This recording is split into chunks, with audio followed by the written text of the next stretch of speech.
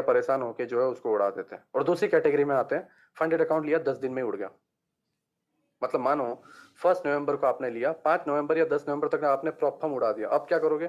भाई थोड़ा 3500 रुपया उधार देना, प्रॉपर का एक अकाउंट लेना है, मम्मी 3500 रुपया दो ना, मैंने सैलरी दी थी वो। अब तुम बोझ बन रहे हो। क्यों?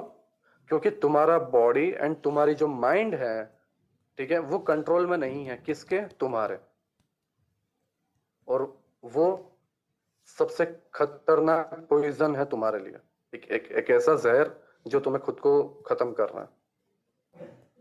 मान लो, हो सकता है ना हम हमारे माइंड को कंट्रोल ना कर पाए, हम इतने बड़े भी संत नहीं है, या हम बुद्धा नहीं है जो अपने आप पे कंट्रोल कर पाए, हम शांत बैठते हैं, ठीक है।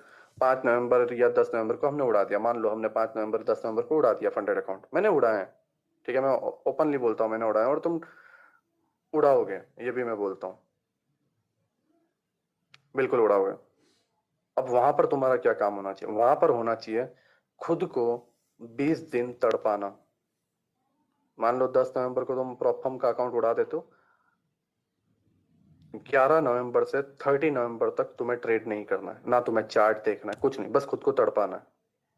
वो जो तुम्हारे अंदर का एक कीड़ा होता है ना कि ट्रेड करना ट्रेड करना ट्रेड करना, बंद करो उसको। फिर नई सैलरी, जॉब करते रहो इसके बीच में, ठीक है, इसके बीच में जॉब करते रहो, मेहनत करते रहो, फिर नई सैलरी आएगी, फिर 3500 रुपये का तुम करोगे। मे बी इस बार भी तुमने खुद को उड़ा दिया, लेकिन खुद को तड़पाओ 20 दिन, 15 25 दिन, जितनी जल्दी तुम अकाउंट उड़ा देते हो उतने ज्यादा दिन तुम्हें खुद को तड़पाने पड़ेंगे, वेट करवाना पड़ेगा, फिर सैलरी आएगी। धीरे धीरे इससे होगा क्या पता है? तुम्हें इसकी अहमियत पता चलेगी। अहमियत होती है लाइक इसकी वैल्यू, कि ये जो 3500 रुपये के मैंने जो प्रॉपम लिए हैं, इस 3500 की कीमत की क्या वैल्यू है, इसको समझो तुम। इस 3500 रुपये की जो है क्या वैल्यू है।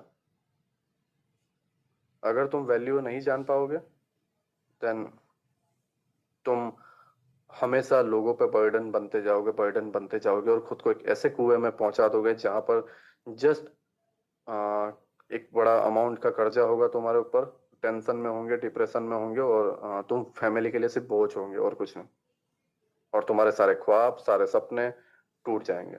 तुम्हारे पास एक सोच है, एक डर है कि टाइम की कमी है। टाइम की कोई कमी नहीं है। अगर तुम्हें आज कोई मदद नहीं करता है तो भी तुम्हें दिल निकालना ही है, तुम्हें उसको फेस करना ही है। और जब तुम फेस करते हो तो तुम्हें पता चलता है कुछ नहीं हुआ, बस निकल गया टाइम, ठीक है। तो जब अपने सामने कोई प्रॉब्लम होती है, उस प्रॉब्लम को बड़ा मत बनाओ,